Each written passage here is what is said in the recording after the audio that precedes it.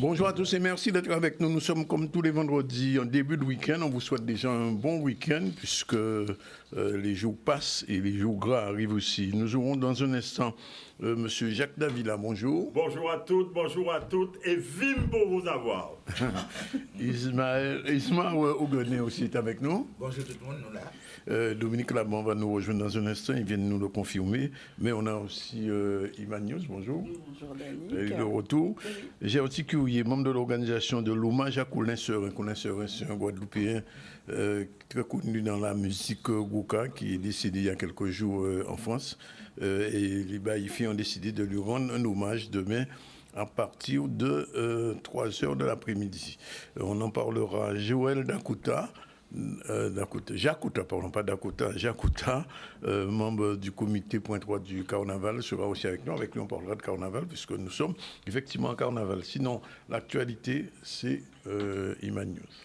Oui, bonjour. Au niveau de l'actualité, aujourd'hui, on va parler de la projection de L'Homme au bâton, dont l'avant-première avait lieu hier soir au Cinestar. On reviendra sur les journées du monde économique qui se déroulent encore sur le WTC, donc 2 jours, hier et aujourd'hui, consacrés aux entreprises, donc plus spécifiquement aux associations aujourd'hui et à l'intelligence artificielle. Et il sera aussi question de la journée des métiers au collège Alexandre Isaac. Donc ça, c'est pour les titres. On va démarrer par L'Homme au bâton, donc l'ultime film de Christian Lara. Cette légende ou cette réalité a été revisitée en tout cas par Christian Lara, qui est le père fondateur du cinéma antillais. Ce film est basé sur une rumeur née dans le milieu des années 50 où un personnage sans visage agressait les femmes les jours de pleine lune.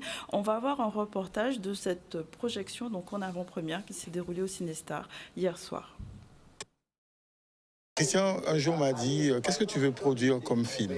Moi, je lui ai dit que j'étais fasciné par tout ce qui était dans le mystico-religieux, dans les contes et légendes afro-caribéennes.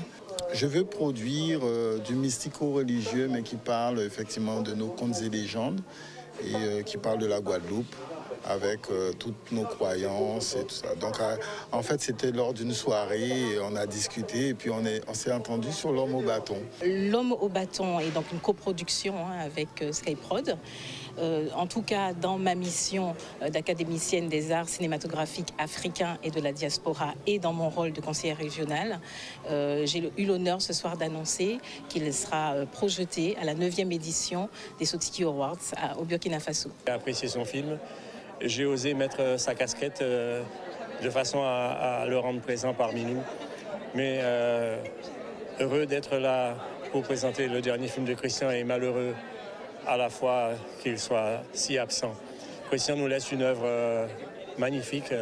Christian a rempli sa mission de metteur en scène guadeloupéen engagé.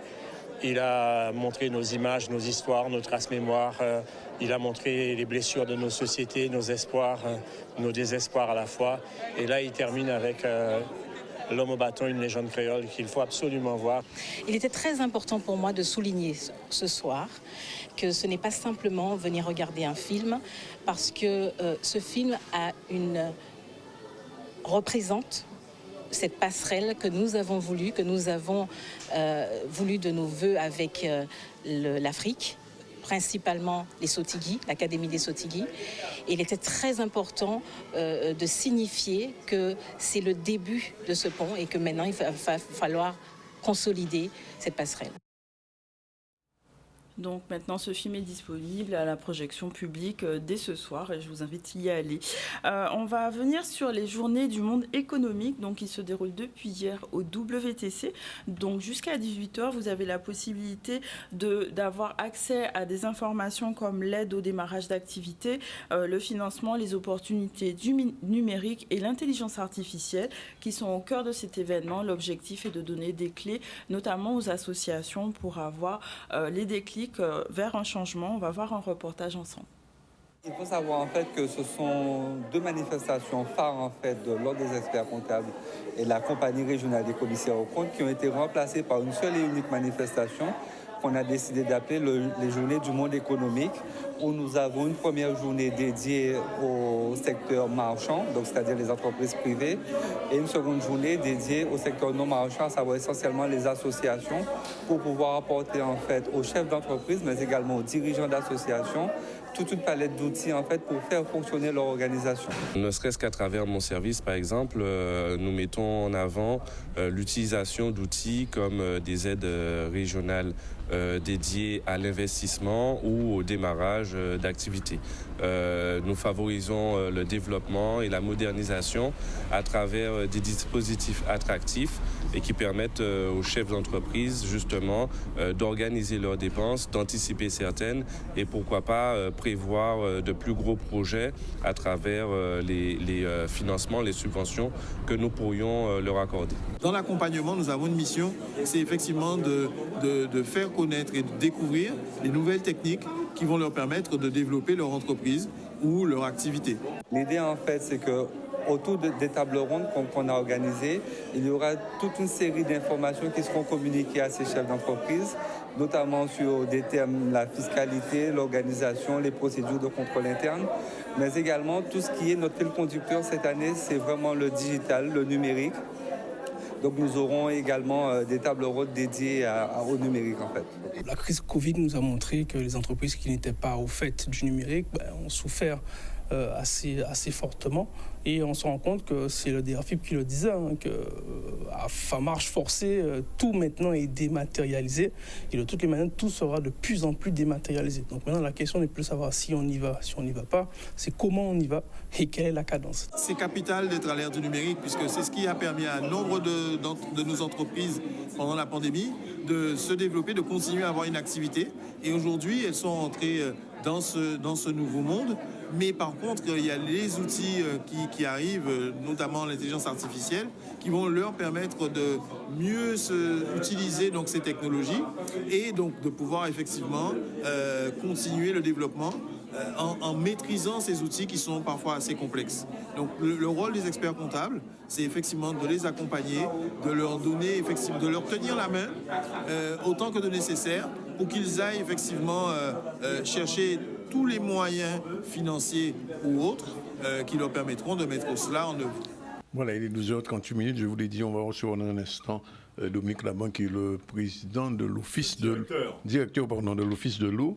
Avec lui, on parlera effectivement des problèmes de l'eau, mais nous avons nos deux spécialistes habituels, Jacques Davila et Ismaël Gonin. Jacques, deux petits mots quand même sur l'Office. L'Office a pour mission de restaurer les littoraux, les nappes phréatiques, si c'était possible techniquement, mais ça coûte une fortune, la mer et les sols, qui sont pesticidés. Mais il s'avère que l'Office a énormément de problèmes parce que c'est un organisme qui dépend du Conseil général qui a une mission sociale. Et on se retrouve dans une situation paradoxale. Le directeur général délégué, qui n'a pas délégation du directeur général de fait du SMGAG, effectivement, celui-ci ne lui a jamais donné délégation, se retrouve être détaché de l'Office de l'eau pour être directeur général délégué du SMGAG. Il n'a pas mission de prélever ce qu'on appelle des prélèvements pour compte de tiers, c'est-à-dire pour le compte de l'Office de l'eau. Il le fait. Et il se sert des montants qui sont payés par nous autres usagers pour assurer les compléments de salaire, les compléments de trésorerie dont il a besoin pour assurer les payes du personnel qui est excédentaire. Quand je rappelle l'étude de ce qu'on appelle OEI, OEI c'est le nom de code d'Ernst & Young, un des plus grands cabinets d'expertise comptable au monde, qui avait envisagé 3 ou 5 ans pour redresser, mais il faut faire une composition de personnel en mettant des gens beaucoup plus cohérents, rationnels, efficaces, bref, tout ce qu'on veut. Et ce n'est pas le cas. Donc, on a traîné dessus. Il faut bien qu'on paye la surcharge salariale mensuelle qui est énorme. Donc, n'ayant pas d'argent, ils taxent. Nous avons eu l'occasion de vous le dénoncer ici, une taxation de 4 fois le volume d'eau que vous consommez. Et bien entendu, c'est pour ça que je dis VIM tout à l'heure, parce que vous avez à 70 000 personnes regardez, vim passer pour pouvoir en partie le dénoncer, et nous ne faisons pas 200 personnes dans une plainte au pénal contre l'eau polluée.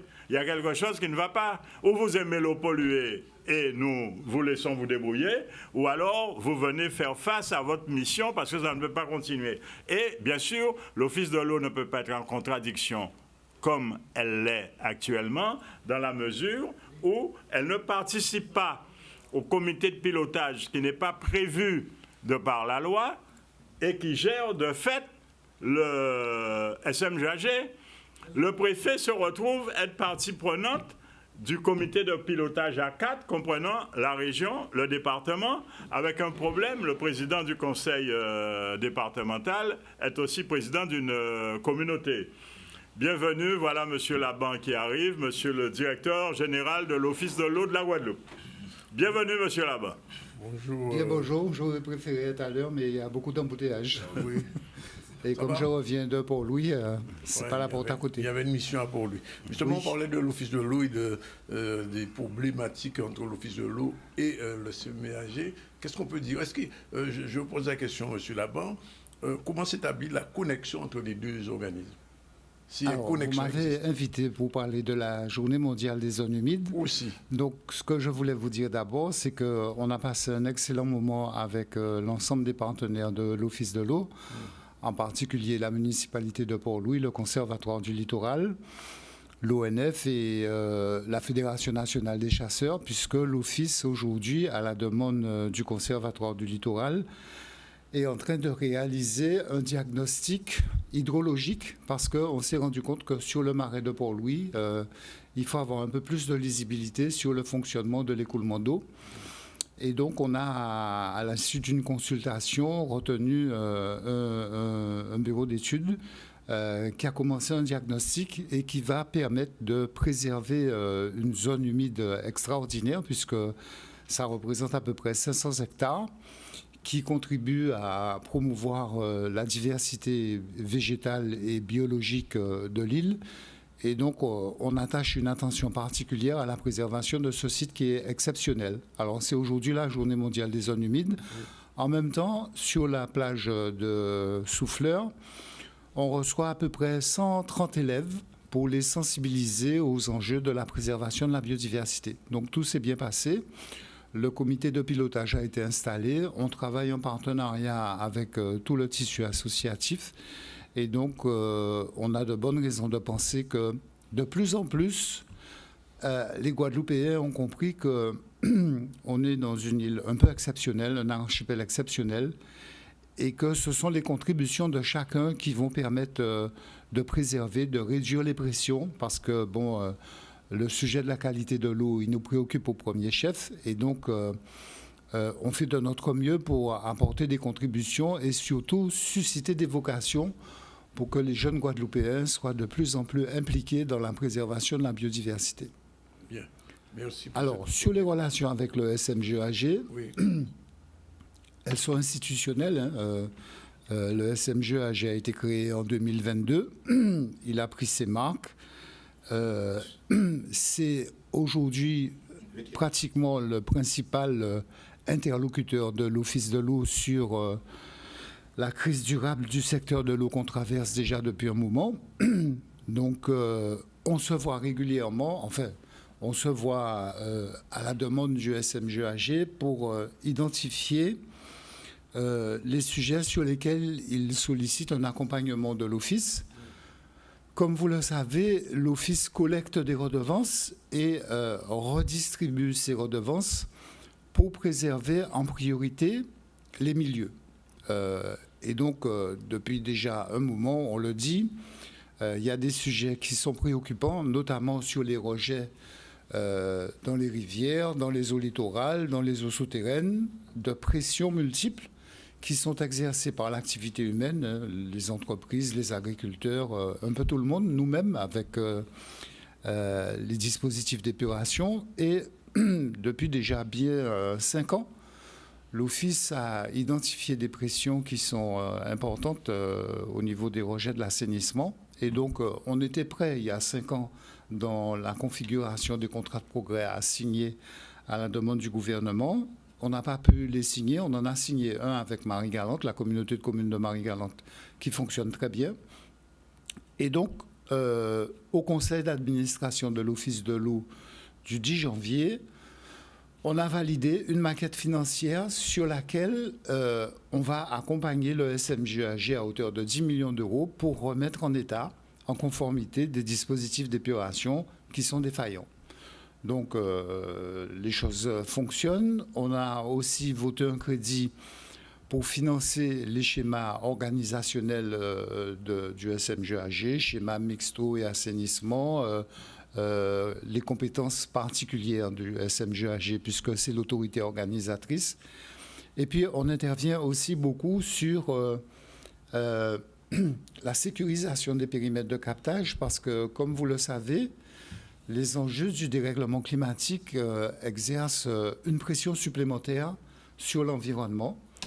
Et donc, on a accompagné des délégataires du SMGAG sur des travaux à réaliser pour sécuriser les captages, parce que mieux les captages sont sécurisés, plus la qualité de l'eau qui est collectée dans les milieux est sécurisée. Donc, aujourd'hui, la maquette financière de l'Office à l'égard du SMGAG, elle dépasse les 13 millions d'euros. Encore une petite correction, ceci date, parce que SMGAG est créé par la loi le 29 avril 2021, pas 22, 2021. Ah oui, j'ai dit, il a pris son rythme de croisière en 2022. Il est entré en fonction au 1er septembre 2021. Alors, mais le problème qui a posé moi là, c'est que l'Office de l'eau, chargé de la protection de la ressource en eau, etc. Or, il y a un problème, c'est que SMGAG, du fait qu'on trouve une situation, le problème, c'est qu'il y a gaspillé l'eau de l'eau. Il y a un monsieur là-bas, il dit ça en télé, il a été insulté parce que là, il dit nous avons presque 75%. C'est énorme. Nous avons levé 100 millions de mètres cubes. C'est pas enfin 100 millions, monsieur a dit. Et nous avons 75 millions. C'est excessivement grave. Donc, cette question-là, en cas posée là, c'est pas seulement une question de consommation de l'eau, c'est le fait que nous avons épuisé les ressources en l'eau là et nous avons perdu de l'eau. Donc, c'est un demandé, monsieur Allemand, quelle disposition quand il a dit le SMGAG pour sortir d'une situation là ça. Parce qu'on ne peut pas comprendre, nous sommes à niveau là toujours. Alors, bon, moi, quand j'ai géré l'Office de l'eau, on n'a pas gérer le SMGAG. Oui. Donc, il faut que chaque monde prenne responsabilité à eux. Nous, chaque année, nous publions un document, nous c'est les chiffres clés de l'eau, et nous restituer données qui communiquées à l'Office de l'eau sur les prélèvements.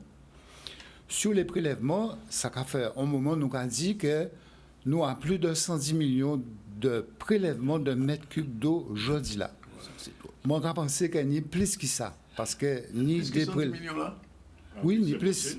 Ni plus parce que ni des prélèvements qui ne sont pas déclarés, ni des prélèvements qui ne sont pas déclarés. Bref. Notamment chez les bananes.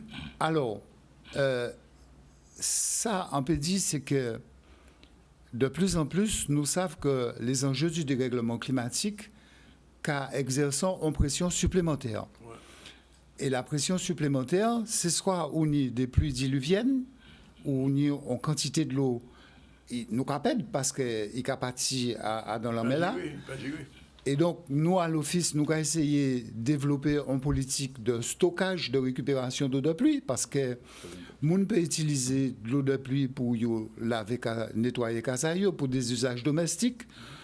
Nous avons essayé de développer avec les industriels un stockage de dispositifs d'eau de pluie pour laver voitures dans les stations. Nous aider à gérer une entreprise en concessionnaire automobile et qu'à utiliser récupération d'eau de pluie, ça pèse moins sur la ressource mise à disposition des usagers.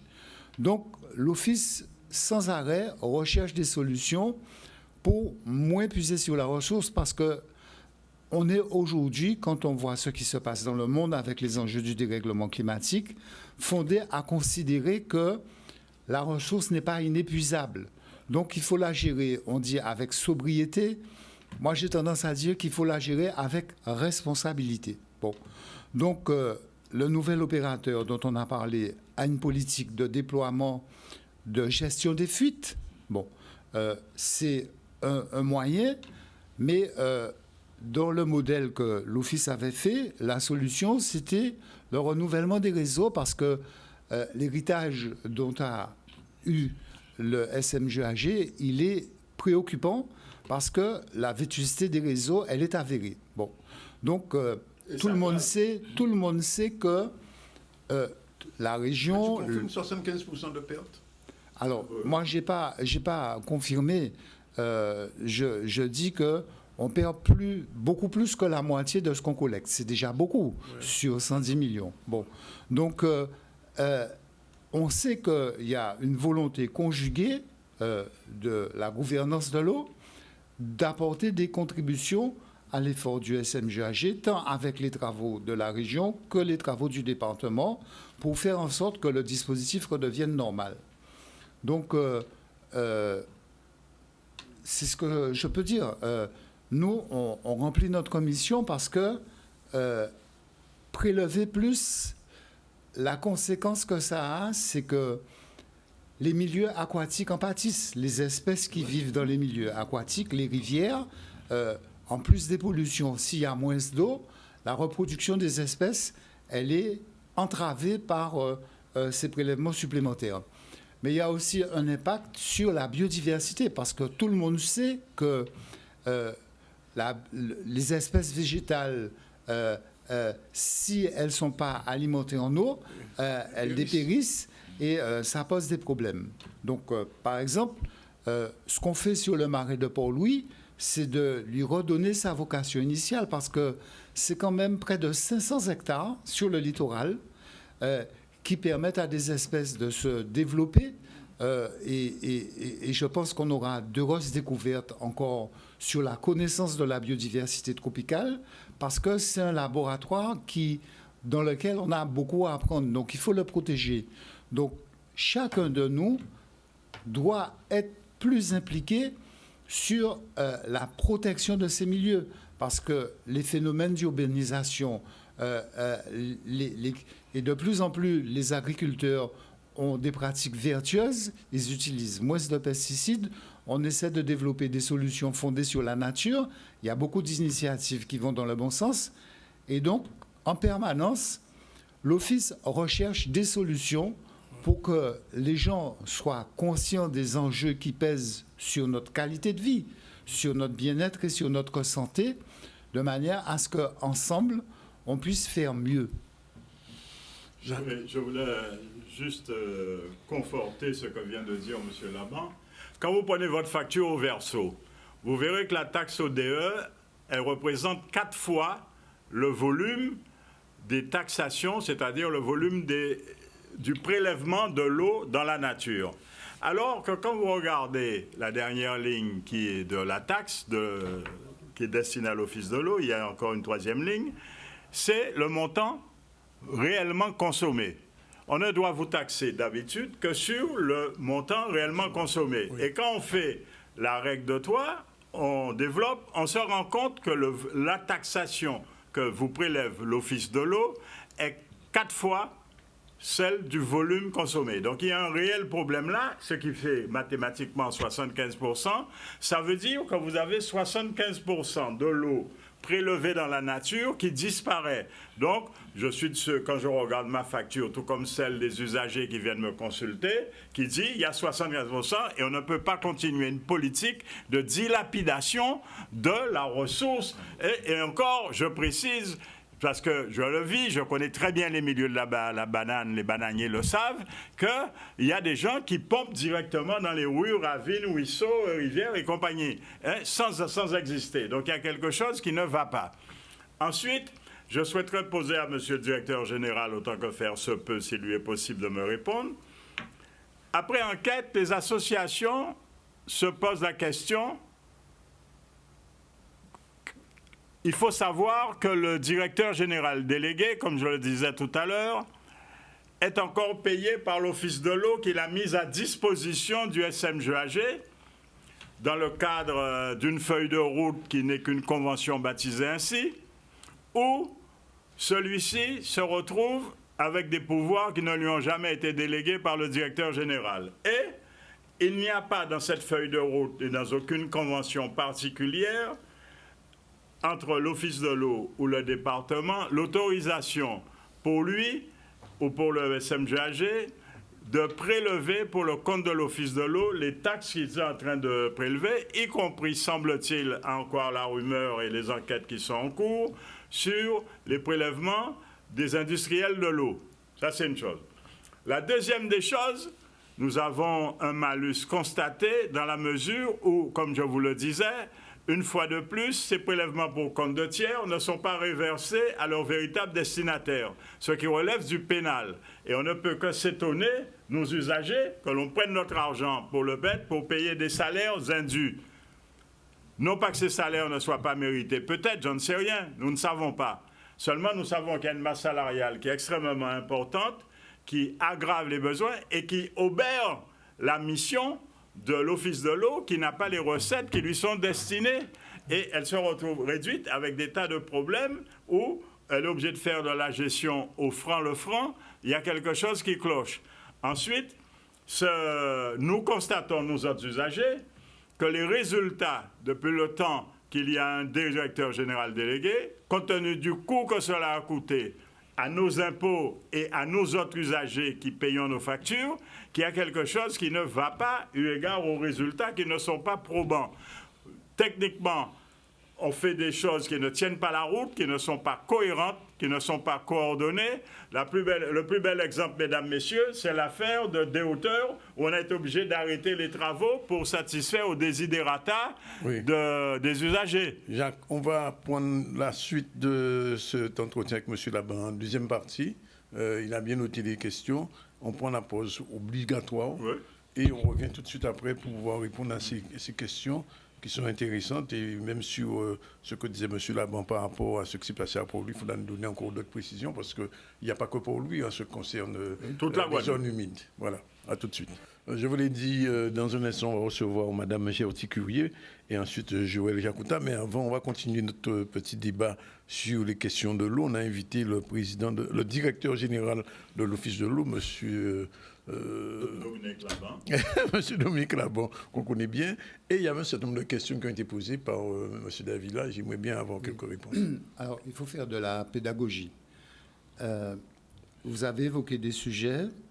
Lorsqu'un opérateur prélève de l'eau dans les milieux, il fait une déclaration sur les volumes prélevés.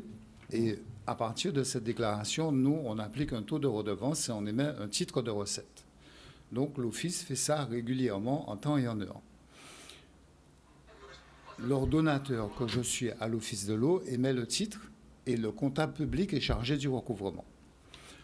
Le problème auquel on est confronté, c'est que quand on émet le titre, on sait qu'avec la problématique des fuites, de l'héritage du réseau vétuste, on n'aura pas la totalité du titre. D'accord ? Donc, tous les décideurs publics savent qu'on est dans un modèle financier qu'il faut rénover ou qu'il faut modifier parce que ça fait peser dans les comptes de l'Office un volume à recouvrer qu'il ne peut pas recouvrer. Parce que pour qu'il n'ait pas ce problème-là, il faudrait que 100% de l'eau collectée soit distribuée et ce n'est pas le cas. Donc, on a posé le sujet. Plusieurs personnes réfléchissent à des recherches de solutions, mais c'est une réalité budgétaire. Donc, on travaille ardemment à trouver des solutions. Aujourd'hui, l'Office, quand il ne collecte pas la redevance, il est obligé de provisionner les créances qui sont dues au détriment des actions qu'on doit réaliser dans le cadre du SDAG. Bon. Donc, aujourd'hui, nous, on a ouvert une discussion avec les services concernés pour abandonner un certain nombre de créances ou les annuler, puisqu'on sait pertinemment qu'on ne pourra pas les recouvrer, puisque l'eau n'a pas été distribuée. Bon. Donc, sur le problème de la facturation du SMGAG, moi, je n'ai pas à me prononcer. C'est lui qui émet ses titres. S'il y a des contestations, moi, je suis très attentif à ce que les usagers disent pour essayer de voir quelle solution on peut préconiser. Donc, on fait notre travail. Ce que je peux vous dire, c'est que le dispositif réglementaire actuel, il n'est pas applicable chez nous parce qu'on a un volume exagérément élevé de déperdition de l'eau collectée.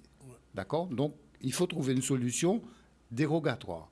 Maintenant, bon, ça relève de la loi et du Parlement. Donc, nous, on a signalé aux différents décideurs les difficultés que nous avons.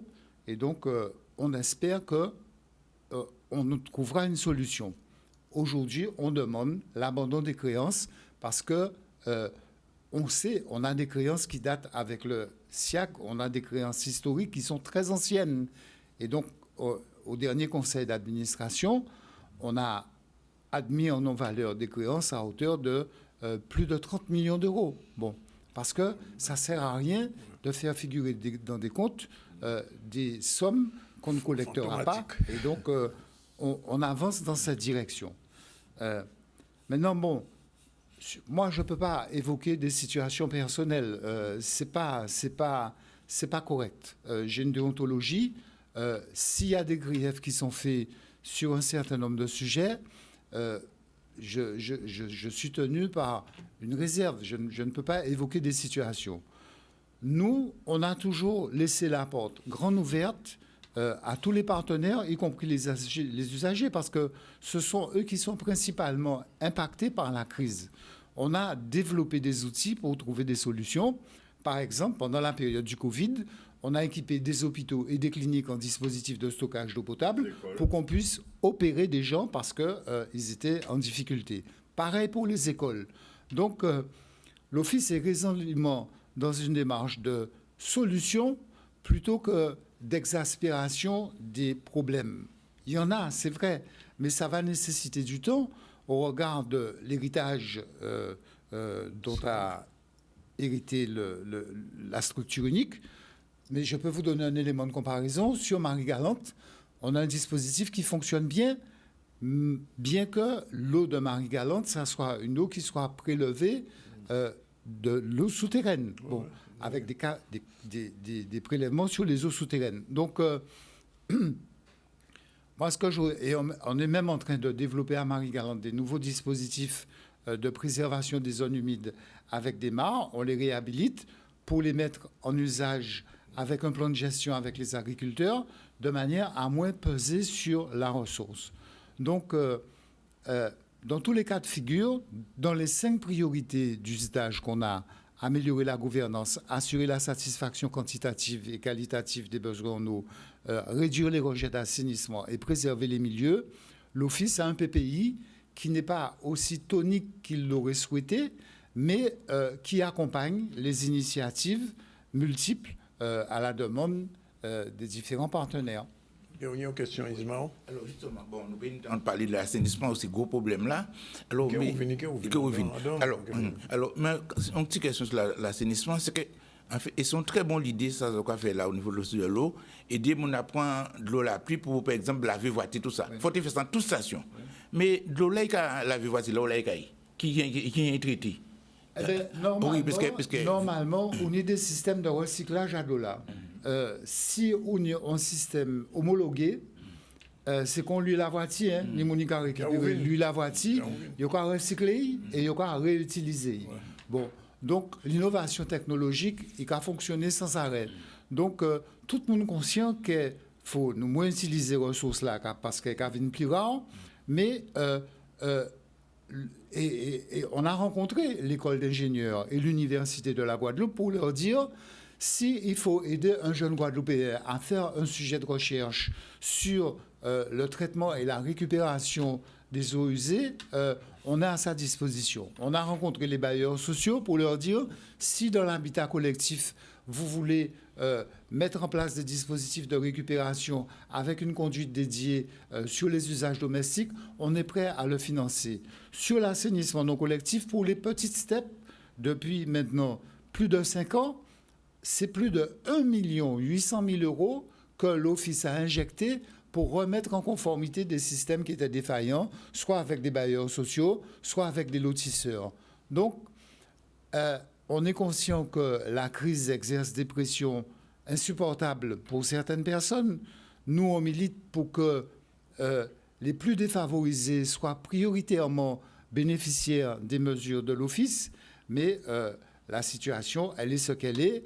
Et donc, moi, je pense qu'il faut qu'on travaille plus en complémentarité et en cohérence, parce que exaspérer les problèmes, c'est faire monter le mécontentement. Nous, on est plutôt comme un amortisseur pour essayer de trouver des solutions, et c'est ce qu'on fait en permanence. Très rapidement, et on termine là-dessus. En ce qui concerne les mares de l'Est de la Grande Terre, qu'est-ce qui est prévu? Oui, alors, on a signé une convention. Pendant très longtemps. Non, on a signé après Marie-Galante, tout ça a très bien marché.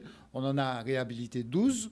On doit en réhabiliter 38, qui sont des propriétés du département, parce que les mares privées, c'est un peu plus compliqué avec les problèmes de servitude. On a signé avec la communauté de communes du Nord Grande Terre une convention dans laquelle on duplique le modèle Marie-Galantais. On a même fait un guide de restauration des mares, de manière à ce qu'on redonne à ces zones humides leur vocation initiale, être des lieux ludiques, des lieux touristiques, parce qu'il y a beaucoup de mares à fréquentation touristique, il y a beaucoup de mares historiques à Marie-Galante. La mare aux Ponches, elle a une histoire qui est remarquable. Donc l'objectif, c'est toutes les fois qu'on en a la possibilité d'utiliser les milieux aquatiques comme des milieux pédagogiques, comme des milieux d'intérêt collectif, mais en mettant en avant l'urgence de les préserver, parce que ces milieux-là, c'est eux qui nous donnent une qualité de vie qui est un peu exceptionnelle dans le contexte actuel du dérèglement climatique. Merci Dominique Laban. On prend un mot pour dans un mois. Où tu veux, quand tu veux. Voilà, c'est dit. Il est 13h13, dernier sujet d'actualité, avant de recevoir Mme Curier. Oui, il est question d'une journée des métiers au collège Alexandre Isaac. Ah, un petit publicité à faire. D'accord. Attends. Oui, allez. Voilà. Oui, je voulais dire que vendredi 9 février, à 14h, on organise à l'Office de l'eau, dans les locaux au Jardin botanique à Basse-Terre, l'édition 2023 des chiffres clés de l'eau, dans laquelle on dira... la publication du projet. Du rapport annuel. Et on peut s'y inscrire en visioconférence. Voilà, on peut s'y inscrire en visioconférence. Voilà, donc, plus vous serez nombreux, plus on connaîtra vos préoccupations et plus on sera soucieux de vous apporter des solutions. On a bien compris, Dominique. Voilà. Merci. On revient au sujet sur le Forum des métiers. Et nous sommes heureux d'accueillir plus d'une centaine de professionnels qui sont venus pour rencontrer nos élèves dans le cadre de la découverte des métiers et des formations. Donc nous avons des lycées, nous avons des professionnels de tous les secteurs qui sont venus pour essayer d'être des passeurs de passion, comme je dis, auprès de nos élèves, pour leur permettre d'élargir leurs vœux en fin de troisième et de faire des choix éclairés pour leur orientation professionnelle. Ça nous permet d'expérimenter plusieurs métiers, de découvrir de nouvelles choses, de découvrir d'autres postes, même si ce n'est pas celui qu'on désirait faire auparavant, mais au pire, nous diriger vers de nouveaux métiers, ça nous permet de découvrir. En tant que représentant de parents d'élèves de la FCPE, le collège a organisé un forum de métiers et de formation pour emmener les élèves à choisir leur métier dans leur futur. Donc, chose faite, le collège nous a intégrés dans ce copil pour leur porter notre contribution à l'organisation de ce forum. N'hésitez pas à vous valoriser, c'est très important. D'accord, là on parle de valorisation des métiers d'avenir, mais vous devez, et des métiers en tension, mais vous devez apprendre à vous valoriser, vous. Ok? Valorisez-vous, n'hésitez surtout pas et mettez en place aussi les stratégies que je vous ai dites là. Je trouve que c'est une bonne initiative parce que ça permet aux élèves de 4e et de 3e de plus se rassurer vers ce qu'ils veulent faire et leur projet professionnel. Les fédérations de parents sont partenaires avec le collège et souvent nous faisons en co-construction. Donc ce qui veut dire que les manifestations qui vont toucher les enfants et les parents, nous sommes partenaires du collège et nous donnons, nous aidons et nous participons à l'ensemble des tâches qu'il faut faire pour réaliser cette manifestation et qu'elle se déroule au mieux. Alors les élèves sont parfois curieux et découvrent en fait ce type de métier en Guadeloupe. Donc c'est une très belle opportunité pour nous de pouvoir en parler aujourd'hui, par exemple dans des journées comme ça, de pouvoir dire qu'il y a vraiment des débouchés en Guadeloupe sur des métiers de la nature, sur des métiers de la protection de l'environnement, sur la valorisation du territoire au sens large, puisqu'on accompagne aussi certains acteurs en aidant leurs projets. Donc voilà, même si c'est très rapide, du coup, ça permet des fois d'éveiller un peu la curiosité et que la personne qui est intéressée, peut-être que l'année d'après va demander un stage chez nous et pourra découvrir plus, pourra découvrir les sites. 13h17, je voulais dire on va recevoir Mme Gertie Curie. Bonjour et merci d'être là. Bonjour. Et vous êtes venue parce qu'il y a quelque chose qui va se passer à Baïf. Oui, alors on voudrait, bonjour, merci de nous recevoir. En tout cas, le groupe de Baïf qui organise une veillée pour notre ami Colin Serin qui est parti, on va dire oui, brutalement, puisque personne ne s'y attendait, comme il aimait à dire. Comment il disait ça? Son terme, c'était la nouvelle est tombée comme un coup de coconin. Voilà. Et on a décidé de lui rendre hommage. Parce que Paris va lui rendre hommage aussi avec son association NKB. Et nous, à Baïf, on a souhaité tout un groupe de personnes, ses amis proches, sa famille, enfin, vraiment le mettre à l'honneur. Voilà, une dernière fois avant d'aller vers sa grande demeure, on le voit à l'image. Oui. Vous l'avez connu quand même, Colin Serin? Est-ce que je l'ai connu? Oui. Ça faisait 50 ans qu'on se connaissait, oui. Oui. Je Alors non, je vous pose la question, c'est uniquement pour dire deux petits mots quand même sur son parcours, ce que vous savez de lui. Alors, Colin, c'est un ami frère, quelqu'un qui est vraiment cher à mon cœur parce que c'est vraiment, souvent on parle de belles personnes, on dit ça quand les personnes sont mortes ou on dit ça comme ça, mais c'était vraiment une personne qui avait une éthique qui était... Enfin, j'ai du mal à parler de lui encore au passé. J'ai envie de dire, c'est quelqu'un de bienveillant, de vraiment un altruiste. Il aime. Enfin, je sais pas. Je vous dis, j'ai vraiment du mal à parler de lui au passé. Il aime la Guadeloupe, il aime le pays de la Guadeloupe, il aime ses amis. Il est sincère. C'est un ami fidèle. C'est quelqu'un d'extraordinaire. Moi, j'ai rarement rencontré ça dans ma vie, quoi. C'est vraiment... Par exemple, un petit exemple, moi, c'est le gars qui me faisait livrer des fleurs à mon anniversaire, quoi. Et la dernière fois... Il n'oubliait pas votre anniversaire, non? Non, il n'oubliait pas mon anniversaire. Et la dernière fois, c'était avec sa femme, Annick. Ils sont venus, on a partagé un gâteau, ils ont emmené des fleurs. C'était vraiment... C'est pour ça que je vous dis, j'ai du mal à penser...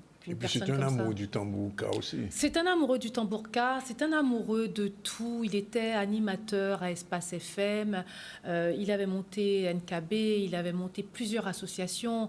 Il accompagnait notamment Loïc Libert. Vous savez, c'est notre militaire guadeloupéen qui a survécu aux attentats de Mohamed Merah. Colin, c'est... Enfin, moi, je sais pas, c'est vraiment... Je vous dis, c'est la personne... aimante, respectueuse. On trouve rarement ça aujourd'hui dans nos sociétés et je tiens vraiment à le souligner. C'est une personne qui avait une éthique. Quand il disait quelque chose, il était qu'à dire qu'à fond bitin, bah oui, il était qu'à faire, il était qu'à jusqu'au bout. Donc là, nous décider, puisque NKB qu'a fait aussi dimanche, dans le 95, et nous qui fait Baïf, et puis toutes amis, toute famille, nous avons rendu hommage, donc nous avons demandé ces gens-là, nous avons affiché là, Tony Mango crié ça, ou Akaba Kokolino, parce que c'est comme ça nous t'es crié. Nous voulons rendre vraiment hommage parce que c'est un monde qui méritait ça, qui méritait que yo poté haut, parce que il était un... Enfin, moi, je continue à dire qu'il y a mes pays Guadeloupe, il y a mes familles, il y a mes amis, il est respectueux. Et c'est pour ça que nous décidons, monter tout ça. Alors, nous avons dit que nous avons nous dimanche à Baïf. À qui ça a commencé? Ça a commencé à 3h de l'après-midi. Nous avons dit alors, jusqu'à 9h du soir. Alors, qu'est-ce exactement? C'est en veillé hommage. Oui. C'est en veillé hommage. Nous n'avons pas les deuils, ni gens qui viennent témoigner. Nous n'avons pas les deuils. Alors, forcément, Kenny évidemment, oui. Et surtout Kenny Bouladjel, parce que c'était un spécialiste à Bouladjel. Oui. Nous voyons les photos là, ces photos-là, c'est magnifique. C'était un spécialiste à Bouladjel, donc Kenny, tout ça. Et c'est pour ça que nous commandons ces gens-là, toutes ces gens-là qui aimaient. Qui aimait Colin, qui était qu'à respecter Colin, ses amis ayo, nous commandons yo vinn joindre nous à Baïf, nous commandons yo de porter ça yo vle, nous qui partager en collation, mais nous qui fait ça en tout cas pour nous vraiment porter et monter. Alors, je voyais un bel hommage pour Madame Maï, Annick, que moi connais bien, pour Timounaï, toute Timounaï, pour Marielle aussi, premier moment des garçons.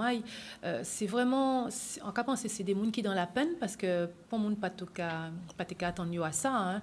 Et là, ça a été difficile parce qu'ils ont annoncé nous qu'ils font un AVC le 28. 29 décembre. Et nous n'avons qu'à espérer, qu'il était remonter la pente. Mais bon. Alors, l'autre question là, pour ça, si vous pouvez répondre, il y a atterri en Guadeloupe ou bien en Bala? Non, il a atterri en France. En France, en Seine-et-Marne. Famille a été qu'à tienne à ce que yo enterré en Bala, parce que madame a en Bala, les enfants a en Bala. Donc, c'était choix familial, quoi. En tout cas, en mettant en lot information, les comptes en moins, pour les gens qui parient, ils savent, on nous essayait de partager un maximum d'informations pour ça qui parient, qui voulaient aller envoyer là avec NKB, et puis NKB dimanche, il peut aller en mettant, en tout cas, si vous allez en les comptes Facebook en moins, en mettez, et puis de toute façon, on l'a monde partagé, on l'a Guadeloupéen partager l'information là. Tenez un bel article dans les France Antilles de Assis Colin, il y a un hommage aussi sur en chaîne concurrente là, Jodla, et tout week-end là, c'est que ça quoi. Donc, faut nous porter monter haut. C'est ça, il était dit, c'était terme. En fait, il était une expression. Là, on était qu'à déranger, il était qu'à dire sans commentaire, mais commentaire. Voilà, c'était une phrase fétiche à ça. D'accord. Ben, nous prenons il y avait tout le monde qui était dans Wakala pour Cocolino, qu'on a crié, donc dimanche à partir de 3h30. Alors, ça qu'a fait tout là exactement? Alors, c'est en local à service technique à Baïf, en face du local là, je crois. Donc, où était le football là, c'est ça? Oui, c'est ça, pas loin des terrains football là. Donc, c'est mon Baïf, donc on connaît. Donc, après, c'est nous qui voyons. Donc, c'est. Mais en tout cas, surtout, on te voulait dire merci à tous ces gens-là qui.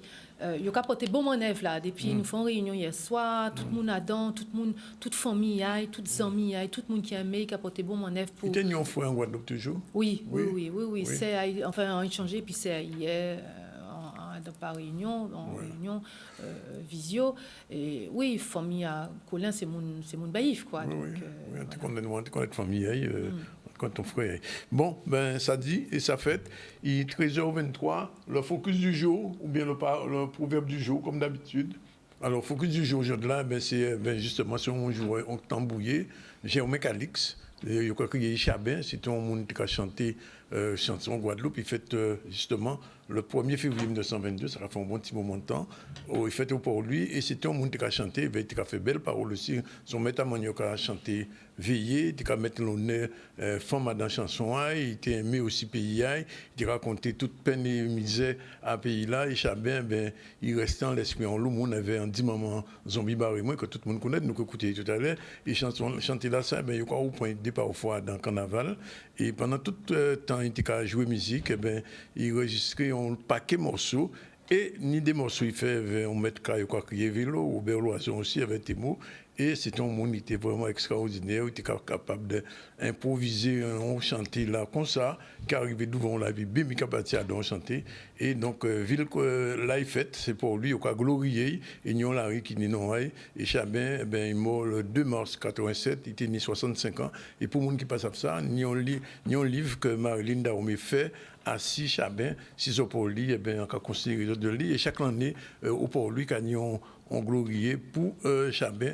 Et nous allons écouter peut-être un petit morceau tout de suite là. On dit maman, non, pas ça là, non. On dit maman zombie barré, pas on dit maman canimaille. Nous allons écouter. On dit maman zombie barré moi, on dit maman zombie barré moi. On dit maman zombie barré moi. Criez maman zombie la barré moi. On dit maman zombie barré moi. Aïe, on matin, voyons boire, couper lion, couper lion, couper lion, couper lion, couper lion, couper loin, couper loin. Quand fait des bâchés, en cabret zombie barré moi. On dit maman zombie barré moi. En sentient mêlé, on dit pas moins bagnon prière. En bagnon dit prière, en prend, je vous salue, Marie, pleine de grâce, le Seigneur avec vous, êtes bénie, les femmes et Jésus, les filles, de vos entrailles est béni, malgré sa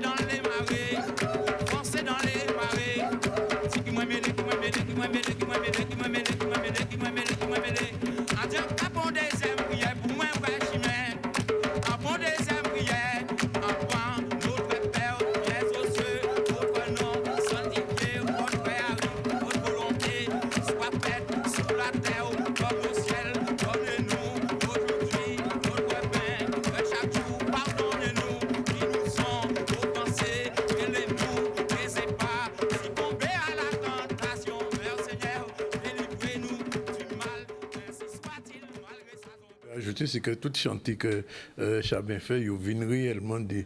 Quand ça peut donner ça fait un tube, mais c'est des chantiers que tout le monde connaît, puisque en son central aussi, sont chantiers que le Guadeloupéen connaît. Voilà, il a exactement 13h27, il est 27 minutes, nous croyons un petit campo, nous croyons qu'il est bien, merci de venir. Merci, Et merci de recevoir nous. Dimanche. Oui, rendez-vous dimanche. Nous attendons toutes à Baïf.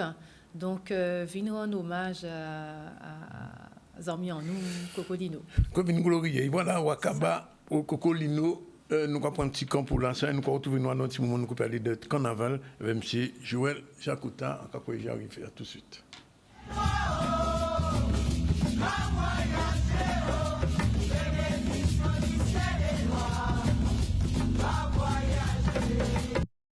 Voilà, il est 13h34 dans le ZCL. C'est la dernière séquence. On va recevoir, je vous l'ai dit, Joël Jacouta, qui est le président du comité point 3 du carnaval. Et avec lui, on va parler de carnaval un peu. Première question, le programme pour samedi et dimanche, pour Pointe-à-Pitre. Alors, bonjour Danick, bonjour Canal 10, bonjour à la Guadeloupe. Demain, on est à l'espace Michel Benjamin, à la plaine de Grand Camp, avec 3 élections. 14h, Prince et Princesse, 16h30, Miss Senior Val, et 19h, Miss et Mister Carnaval 2024. Tout en sachant que la Miss Carnaval 2024 ira défendre les couleurs de la Guadeloupe au Carnaval d'Antigua en juillet 2024. Innovation, ok, chose qu'on a faite déjà par le passé à Antigua en 2004 avec une concurrente je crois de l'époque de Double Face, ok, et que ça s'était très très bien passé. Donc on réitère ce choix d'y aller. Et voilà. Donc demain à l'espace, on attend 5 filles, 4 garçons chez les princes et les princesses. Je crois que c'est pareil chez les dames, il y a 5 dames, 5 pour l'élection, la reine c'est normal, et je crois 5 et 4 chez Miss et Mister. Donc voilà, dimanche, on donnera un coup de main à Bemao, comme d'habitude, chaque dimanche. Bemao Mimas, on donne un petit coup de main à Bemao Mimas. On va faire un petit tour aussi avec quelques personnes sur le carnaval de Cap-Esther, avec Pierre Goubin. Donc, Bemao Mimas avec Marie-France Goram et Freddy Roduel. Et nous, notre grande parade, c'est le 11 février. Ouais. Le 11 février... Je vois le départ à 11h. Oui, à 11h. Pourquoi à 11h? Alors, pourquoi 11h? Alors, 11h, c'est la parade commerciale. Les gens, les partenaires qui sont avec nous, qui nous donnent un coup de main, ils font un défilé, et dans les espaces sécurisés au niveau du jury, ils vont faire quelques cadeaux au public. 11h, parce que... enfin, la parade en elle-même débute, la parade à pied débute à midi. Midi. Oui, on n'a pas le choix. Qui va dans plein soleil, là. 35 groupes. Ouais. 35 groupes. Le premier, c'est Anthorium qui va démarrer avec ses échassiers. Voilà. 35 groupes. Et derrière, à partir de 18h, les Massapo, ils sont à peu près entre 15 et 20, ok, qui vont suivre la parade du dimanche gras. Donc, en avant, Caisse Claire et Masse, et derrière, les Massapo. Donc, pour faire une belle parade ce dimanche 11 février, à partir de midi. Donc, voilà. Quand nous partons dans la Caraïbe, des fois, les défilés partent à 9h. Oui. Et les groupes y vont. Il ne faut pas qu'on puisse pénaliser nos parents, nos amis en Guadeloupe. Oui. Donc, on ne part pas à 9h, on part à midi. Donc, on essaie de faire un effort pour que tout le monde puisse être là. Le public est présent. Hein. Oui. Le public est présent depuis la veille. Dès le matin, voilà. Il est présent, ils sont là. Ils viennent, ils attendent, ils viennent voir, ils mangent sur place, ils font tout sur place. Et à midi, ils voient la parade. Une fois qu'on est parti, voilà. On attend l'espace concours, c'est toujours à l'entrée de la rue Frébeau, comme d'habitude, en espérant que l'année prochaine, avec le projet pays de la ville de Pointe-à-Pitre et du département, on pourrait arriver à avoir un autre espace. Donc là, vous regardez, ça c'est le parcours du carnaval. Ouais. On a fait ça un genre pour bien montrer aux gens où on passe. Intelligence artificielle. C'est la mode aujourd'hui. Oui. Donc voilà, un petit parcours. Là, il passe à Edinval pour entrer à Martin Luther King. Au niveau de Paul Chanchon, il y a le PMR et un espace pour se rafraîchir, un point d'eau. Après, il passe à Yuri Gagarine, il va tourner à gauche à la rue Incelin. Voilà, et pour tourner à droite, boulevard Légitimus. Un bon parcours quand même. Ah oui. Non, ça fait 3 km 2 à peu près pour arriver au jury. Ouais. Il y a beaucoup de groupes. Mais quand il y a 35 groupes, 3 km, l'espace entre chaque groupe fait quoi? 2-3 minutes à peu près, plus la prestation. Alors, les groupes parlent toutes les 3 minutes. Ouais. Midi, midi 3, midi 6, midi 9, midi 12, midi 15, midi 18, midi 21, ok, 24, 27, 30. Donc toutes les 3 minutes, ils parlent. Il est vrai qu'à un moment donné, ça va. Et la prestation dure combien de temps? 2 minutes 30 à l'espace. C'est-à-dire que le groupe arrive, il se met en place, il a 1 minute pour se mettre en place, sauf que quand même, on ne va pas être sur leur dos. 1 minute, ça dépend du nombre de gens qu'ils auront. Ok. Donc cette année, on vient dans le bon sens de la circulation, donc de ne pas avoir de problème. Et pendant 2 minutes, le chronomètre est sur le portique. Le portique à l'aide, et voilà. Joël, alors l'année dernière, on se souvient, à l'entrée de la rue Fribourg, il y a eu un petit problème de sécurité. Est-ce que les mesures sont prises cette année pour éviter les débordements? Alors, je préfère dire, l'année dernière, il y a eu un souci avec peut-être un jeune que la police voulait interpeller pendant la parade, surtout des Massapo. Oui. Ok, donc ce jeune-là, il y a eu un échange entre d'autres jeunes et la police, et ne voilà-t-il pas que la police a tiré 8 coups de lacrymogène. C'est des choix, hein. Moi je ne critique pas, hein. Je ne peux pas dire qu'ils avaient tort, ils avaient raison, c'est des choix. Sauf que la parade est morte aux alentours de 21h40. Je me souviens. Voilà, et bon, j'espère que cette année-là, il n'y aura pas ce genre de problème. On sait qu'il y a toujours des petits soucis en amont ou en marge du défilé. On espère que les jours gras, ça va se passer correctement. Donc, tous les groupes sont avertis, tous les groupes ont été mis au parfum le 18 janvier, qui a été la réunion du tirage au sort à la salle Georges Tarrer à Pointe-à-Pitre. Maintenant, s'il y a des petits soucis, les groupes nous appellent, on donne des informations. Nous allons encore relancer les groupes la semaine prochaine pour rafraîchir un peu la mémoire, pour leur dire comment venir. Il y a un parc à bus prévu à l'espace des Tours Gabarre de l'époque. Donc, et c'est juste à côté du départ, donc il n'y a pas d'ambiguïté pour savoir que je me gare à 200-300 mètres. Juste à côté du départ, on a le parc à bus et les groupes ont un circuit à respecter pour venir en bus.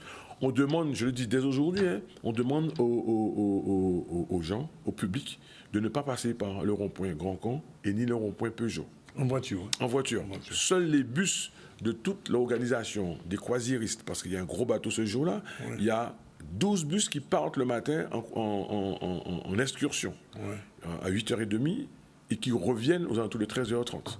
Mais nous, on a prévu avec la police, le service technique de la ville, au départ le matin, les 2 fois 2 voies seront utilisées normalement et à partir de midi, la voie qui rentre vers le port sera coupée en 2 pour avoir des bus qui vont déposer les carnavaliers, les croisiéristes et la parade sera sur l'autre voie pour rejoindre l'espace concours.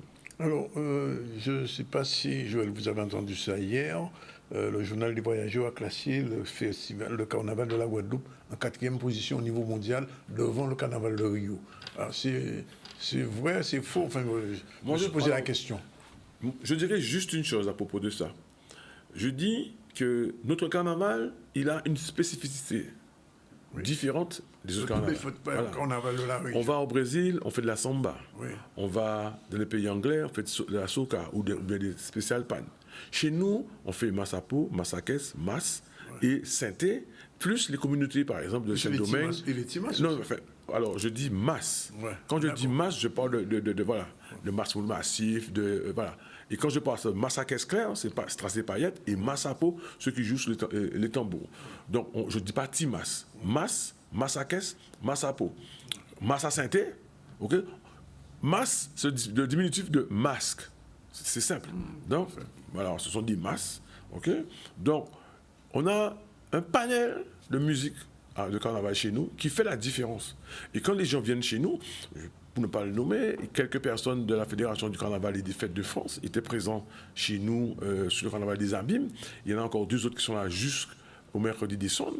Ils regardent parce que celui qui est là et veut emmener son groupe l'année prochaine à Pointe-à-Pitre sur le Carnaval du 2 mars 2025. D'accord? Il va emmener son groupe, donc il est venu voir, regarder, trouver là où il pourrait être logé, trouver tout ce qu'il y a à faire quand il rentre là-bas pour mettre en place son voyage pour 2025. Et il viendra pendant 1 semaine. Donc, moi je dis, 1er, 2e, Non, je sais que je n'ai jamais fait le carnaval du Brésil. Je pense un jour, si Dieu me le permet, d'y aller. Sauf que je ne peux pas me comparer à ce carnaval-là. J'étais 2 fois à Trinidad, je vois ce que c'est. Trinidad, c'est pareil, c'est strass et paillettes, mais toujours, c'est des plumes, le maillot de bain, tout ça qui est arrangé. Chez nous, on arrive à avoir des costumes. Je me souviens, quand Gembo, en 2003, a été à Sainte-Lucie pour la première fois, les gens étaient subjugués de voir un groupe qui joue sa musique, qui porte sa musique et qui joue. Or, chez eux, c'est la sono, à 1000 à l'heure. Donc voilà, c'est une forme de carnaval qu'on a chez nous, bien de chez nous, qui fait que nous sommes différents des autres. D'accord. Juste une question bateau, mais enfin, on la pose quand même. La polémique Vim. Chacun voit midi à sa porte. Point, pour moi. Là, il est 2h moins de quart. Oui, chacun voit midi à sa porte. Il n'y a pas que Vim dans la rue. Hein. Ce matin, j'ai écouté. Pourquoi les gens ne parlent pas de la musique que Rudy met en place avec ses comment dirais-je, ses bénévoles, ses musiciens bénévoles? Pourquoi ils ne regardent pas ça?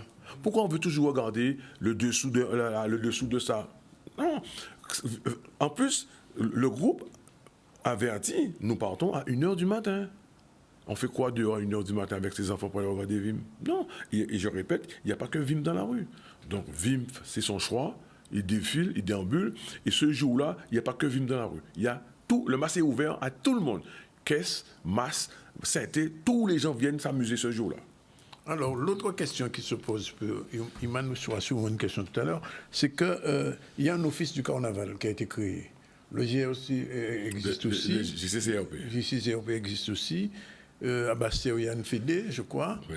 Est-ce qu'il n'y a pas un moment où il faudra tout regrouper? Je pense que c'est ce que j'ai dit en préambule. Hein. Il faudra qu'un jour on arrive à se mettre ensemble pour faire un carnaval. Au lieu d'être 10 associations de 7 personnes, soit une association de 70 personnes, et comme ça, on va se définir en Guadeloupe. Nous, on défend les couleurs de Pointe-à-Pitre. La Fédération du carnaval et des îles de Guadeloupe défend Basse-Terre. D'accord. La GC aide les comités sur d'autres carnavals. Le collectif masse culturel fait avec les Massapo. Mais je pense qu'il faudra qu'un jour. Mais qu'est-ce qui empêche ce regroupement? Parce que chacun veut se tirer la couverture. L'OCG, l'Office du carnaval, créé par Victorin Lurel en 2008, septembre 2008, était là pour essayer de mettre ça en place. Petit souci financier vis-à-vis de la région, qui était leur bailleur de fonds, qui ont perdu près de 100 000 euros sur ce qu'on leur donnait. Donc, ils sont restés en stand-by. Là, je sais que l'OCG va se remettre en place bientôt pour relancer cette chose-là et discuter autour du carnaval. Mais je pense qu'il ne faut pas qu'on discute de cela pendant la période du carnaval. Une fois qu'on termine le 14 février, il faudra se regrouper, se mettre en place et se dire, voilà, quelle politique pour notre carnaval de Guadeloupe? Question de Iman. En parlant de politique, justement, comme au Brésil, il y a une véritable économie par rapport au carnaval. Pourquoi on n'arrive pas à créer ça, en fait, ici, pour l'instant? Parce que intégrer un groupe de carnaval, ça peut apporter de l'argent, en fait. Des devises, tout à fait. Alors, moi, je vais vous répondre tout simplement. Le Brésil, le gouvernement, mettons sur la table. Quand vous voyez, par exemple, je ne sais pas, moi j'ai fait une émission avec Cathy Guetta dans un groupe. Elle est venue dans le groupe pour essayer de remonter le groupe qui a terminé 5e du concours au Brésil, 5e au concours du Brésil. Elle était habillée 30 000 euros, elle seule. 30 000 $, elle toute seule. Alors imaginez le vainqueur, qu'est-ce qu'il gagne? Pour l'instant, moi je dis, nous avons 6 EPCI, un département, une région, un CTIG. C'est là maintenant qu'il faut se mettre ensemble. Voilà, pour se dire comment faire que la Guadeloupe ait un produit du carnaval. Je me souviens, sur une émission de Canal 10 faite par Sabine, à Gosier, à la Vieille Tour, on avait discuté de carnaval et on m'avait dit, mais pourquoi il n'y a pas un mécène pour prendre le carnaval? Moi, on dit simplement, quelqu'un vient, il me dit, monsieur Jacota, je vous donne 100 000 $. Je veux le carnaval. Je lui dirais non. S'il me donne 100 000 $, il va gagner 200 000 $. Il va venir faire son business. et il va appauvrir notre carnaval. Les premiers jours, je pourrais distribuer de l'argent aux groupes, parce qu'il ne faut pas oublier, l'acteur principal, ce sont les groupes. Nous sommes organisateurs. On se met sur la place, rendre la chose facile pour qu'ils puissent déambuler tranquillement face à un public acquis à la cause. OK? Nous, on fait un spectacle de rue, de télévision, que je peux appeler ça, que les gens sont assis sur leur chaise et ils regardent pendant 10 heures. On commence à midi, on finit à 22, 23, minuit, pendant plus de 10 heures de spectacle. Okay? La majeure partie, peut-être dans les rues, il y a peut-être 60 000 personnes, mais il y a quand même 100 000 autres personnes qui regardent le carnaval à la télé, qui regardent avec Canal 10. Donc c'est à nous de voir. Juste en France aussi. Hein. Tout à fait, parce qu'avec les réseaux sociaux, les gens regardent le carnaval. Excusez-moi. Mais moi je dis, si maintenant, la chose carnaval, elle est belle. Alors, comme je dis, le Brésil, gouvernement, Trinidad, le gouvernement, Barbade, c'est le gouvernement. Ils injectent de l'argent pour les organisateurs. Mais ces gens-là, quand ils regardent notre carnaval, ils se posent plein de questions. Ils se disent, comment ils arrivent à faire ça bénévolement? Voilà, c'est ça la question. Et c'est magnifique. Alors qu'il y a une valeur économique, en fait. Tout à fait.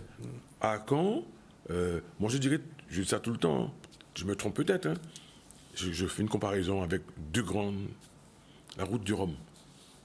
C'est peut-être 7 millions de dépensiers en Roi de l'Aube avec tout et tout. Ça rapporte peut-être 100 000, 200 000, 300 000, 400 000 euros à la Guadeloupe. Ouais. Aujourd'hui, je suis sûr que la Guadeloupe ne dépense pas 2 millions dans le carnaval. Non. Peut-être 1 million, 1,5 million. Et ça peut rapporter à la Guadeloupe 7 millions. En partant du vendeur de Cinobol, de Bokit et de consorts, en passant par les tours opérateurs, en passant par les avions, en passant par les hôteliers, en passant par les restaurants. Il y a de l'argent. Et les stations-service. Voilà. Aujourd'hui, moi, je pense qu'on doit arriver un jour à se dire tout ce qui parle de carnaval doit rétribuer aux carnavaliers. Ouais. Point. C'est ça la donne. Par contre, pour arriver là, il faut qu'on se mette ensemble. Dernière question, non? Non, c'est vrai que ça a beaucoup de sens. En plus, c'est chaque année le carnaval, alors que la route du Rhum, c'est tous les 4 ans. Donc, il y a vraiment quelque chose à faire. Alors, justement, dans le même esprit, c'est la dernière question, Joël. Est-ce qu'aujourd'hui, je me doute de la réponse, mais enfin, qu'à poser quand même, le carnaval est devenu un produit touristique valorisant pour la Guadeloupe? C'est-à-dire, est-ce qu'un touriste qui a sorti là, qui a sorti, pour dire, on va regarder le carnaval en Guadeloupe? Alors, je peux dire, aujourd'hui, ça commence. Il fut un temps, les métros, les étrangers arrivaient en Guadeloupe, ils étaient surpris de voir le carnaval, parce qu'ils ne savaient pas. Aujourd'hui, je pense que la Foire de Paris, les tours opérateurs, les grands pavois et consorts, font la publicité pour que les touristes puissent venir regarder le carnaval. Je prends un exemple. Le MSC Seaside, quand il vient le dimanche, ils sont là en ce moment. Oui, là, c'est 5000 personnes qu'il y a. Ouais. Donc, 5000 personnes. Si on fait un carnaval quelque part assis, on fait payer les gens 5 euros, 5 dollars, on aura gagné. Cet argent-là va commencer à remplir les caisses par rapport à la matière, aux produits carnaval. Maintenant, je peux dire oui. Mais je vous dis, Waka Chiribon, par exemple, pour le panel nommé, est parti en Chine. Les Chinois savent qu'il existe un carnaval en Guadeloupe. Ils savent ça. Bon, on n'a pas encore pu trouver comment les faire venir, parce que c'est un peu loin. Mais je dis qu'aujourd'hui, la Guadeloupe doit être une destination incontournable pour son carnaval. Vous imaginez, Cap en fait 3 d'affilée. Ambim, Bimao, Pointe-à-Pitre. Ouais. Le Moule fait un beau carnaval. Okay? Bastère fait le Mardi Gras. Vieux Habitants a fait un beau carnaval. Bimao aussi. Oui, j'ai dit Cap Carnaval. Ambim, Bimao, Pointe-à-Pitre. Ouais. Il y a les moyens. Par contre, il y a une chose, il faut se définir. Chaque année, on n'a pas les mêmes dates. Là, on n'avait que 6 week-ends. Ouais. L'année prochaine, on en aura 9, 8, 4 plus 4 plus 1. Il va y avoir 9 week-ends. Ouais. Donc, c'est à nous de savoir comment on s'organise chaque année pour inciter à que les touristes viennent à Guadeloupe pour le carnaval. Merci Joël. Rendez-vous donc pour l'élection de Prince et Princesse samedi 3 à partir de 14h. Élection de Miss et Mister Carnaval samedi, c'est à 19h. Et puis la reine du carnaval, c'est à 16h. Tout ça à l'espace sportif Michel Benjamin. Probablement le vendredi 9, nous faisons un spécial carnaval, nous communication des Rouvines. Si vous êtes disponible, on te remercie d'avance. On a le proverbe du jour. Oui, ça y est, c'est parti. De l'eau passée farine, oui. Ah non, on a fait de l'eau passer farine qu'on y est là. Ah non, maintenant tu dépasses les bornes. Extrait du livre de Benzo à l'aise pour parler créole. Voilà. On fait un rappel, retour sur l'actualité avec Iman.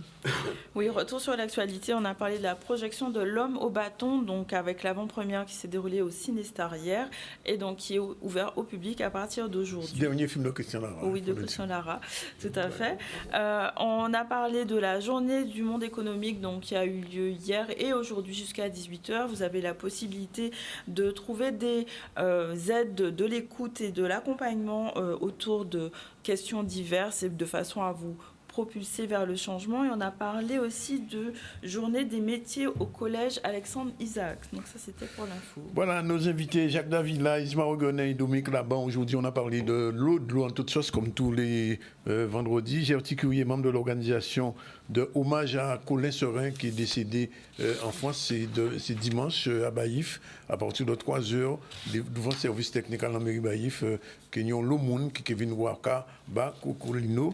Et puis on a terminé avec Joël Jacota, président du comité du carnaval, et qui nous a invités donc à assembler pour nous faire force pour qu'on carnaval là prend plus ballon. Parfait. Merci. Voilà, c'est fini pour aujourd'hui. Il est pratiquement 13h54. Nous boutons pour aujourd'hui là. On se retrouve lundi pour une nouvelle série de ZCL News. Et puis, on vous souhaite bon week-end assis la route. Et puis, mon cas en carnaval, là, on prend trop la route, pas rouler, on ne dit pas prendre la route, mais enfin, sinon, faites attention, et puis pas de violence, c'est ça qui est plus belle. Merci pour tous ceux qui participent au ZCL, toute l'équipe et tous les gens qui nous regardent en France. Le temps là a commencé à améliorer, je dis bon matin, donc vous connaissez moins ce dit Iman, qui est parti demain, et qui est ouvert plus fouet. Voilà, c'est fini pour aujourd'hui.